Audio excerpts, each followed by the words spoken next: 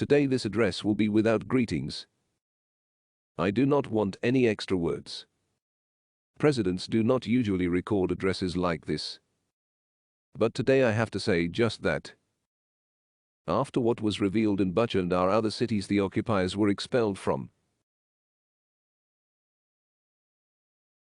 Hundreds of people were killed, tortured, executed civilians. Corpses on the streets. Mined area, even the bodies of the dead were mined. The pervasive consequences of looting. Concentrated evil has come to our land. Murderers, torturers, rapists, looters, who call themselves the army, and who deserve only death after what they did. I want every mother of every Russian soldier to see the bodies of the killed people in Bucha, in Irpin, in Hostomel. What did they do? Why were they killed? What did the man who was riding his bicycle down the street do? Why were ordinary civilians in an ordinary peaceful city tortured to death? Why were women strangled after their earrings were ripped out of their ears? How could women be raped and killed in front of children? How could their corpses be desecrated even after death? Why did they crush the bodies of people with tanks? What did the Ukrainian city of Bucha do to Russia? How did all this become possible? Russian mothers, even if you raised looters, how did they also become butchers? You couldn't be unaware of what's inside your children. You couldn't overlook that they are deprived of everything human. No soul, no heart. They killed deliberately and with pleasure. I want all the leaders of the Russian Federation to see how their orders are being fulfilled. Such orders, such a fulfillment, and joint responsibility. For these murders, for these tortures, for these arms torn off by explosions that lie on the streets. For shots in the back of the head of tied people. This is how the Russian state will now be perceived. This is your image. Your culture and human appearance perished together with the Ukrainian men and women to whom you came. I approved a decision to create a special mechanism of justice in Ukraine for the investigation and judicial examination of every crime of the occupiers on the territory of our state. The essence of this mechanism is the joint work of national and international experts, investigators, prosecutors and judges. This mechanism will help Ukraine and the world bring to concrete justice those who unleashed or in any way participated in this terrible war against the Ukrainian people and in crimes against our people.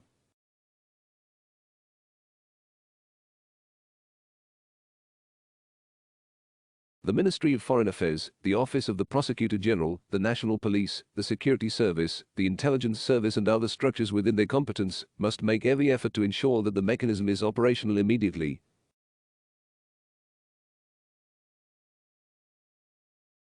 I call on all our citizens and friends of Ukraine in the world who can join this work and help establish justice to do so.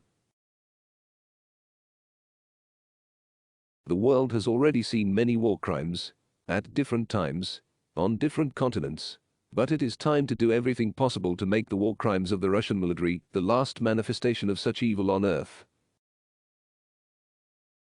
Everyone guilty of such crimes will be included in a special book of torturers, will be found and punished. The Ukrainians. I want you to realize that we drove the enemy out of several regions, but Russian troops still control the occupied areas of other regions. And after the expulsion of the occupiers, even worse things can be found there. Even more deaths and tortures. Because this is the nature of the Russian military who came to our land. These are bastards who can't do otherwise. And they had such orders. All partners of Ukraine will be informed in detail about what happened in the temporarily occupied territory of our state. War crimes in Bucha and other cities during the Russian occupation will also be considered by the UN Security Council on Tuesday.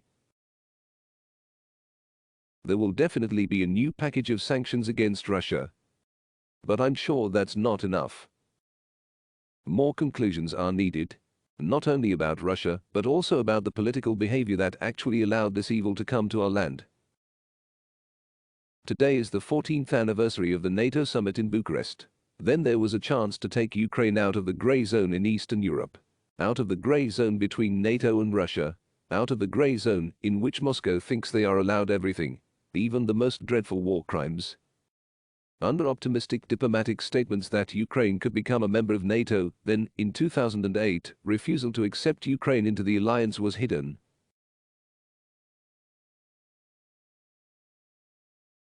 The absurd fear of some politicians towards Russia was hidden. They thought that by refusing Ukraine, they would be able to appease Russia, to convince it to respect Ukraine and live normally next to us. During the 14 years since that miscalculation, Ukraine has experienced a revolution and 8 years of war in Donbas. And now we are fighting for life in the most horrific war in Europe since World War II. I invite Ms. Merkel and Ms. Sarkozy to visit Bucha and see what the policy of concessions to Russia has led to in 14 years. To see with their own eyes the tortured Ukrainian men and women. I want to be understood correctly. We do not blame the West.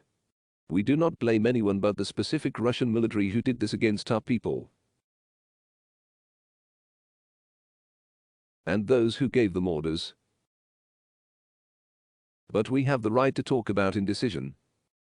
About the path to such Bucha, to such Hostomel, to such Kharkiv, to such Mariupol. We have no indecision. No matter whether we are in a certain bloc or non-aligned, we understand one thing. We must be strong. 14 years ago, Russia's leader in Bucharest told Western leaders that there was no country like Ukraine. And we proved that there is such a country. It was and it will be. We will not hide behind the strong of this world. We will not beg anyone. Honestly, we shouldn't have asked for help with weapons to protect ourselves from this evil that came to our land.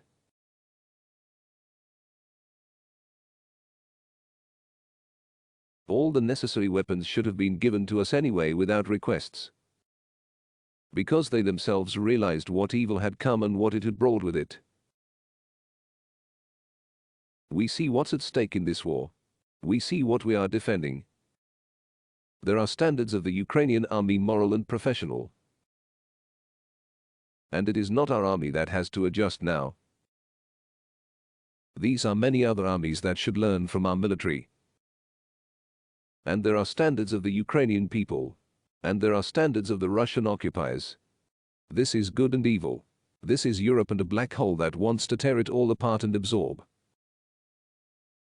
We will win this war. Even if individual politicians are still unable to overcome the indecision, they will pass on to their successors together with their offices. And all the necessary services are already working in Bucha to bring the city back to life. Restore electricity supply, water supply. Restore the work of medical institutions. Rebuild the infrastructure. Give security to people. Because Russia was expelled. And Ukraine is returning, and brings life back. Today I visited our border guards, our heroes in the hospital of the Border Guard Service of Ukraine. Wounded warriors. I presented state awards to the 8 of them.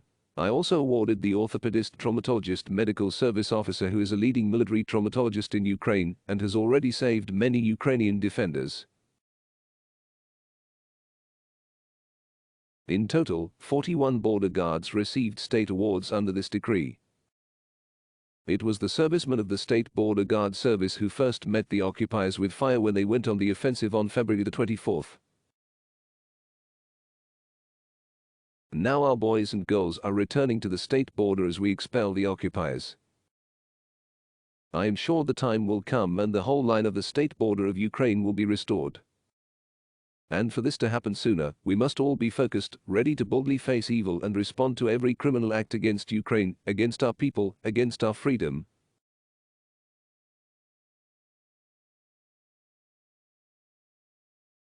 Evil will be punished. Glory to Ukraine.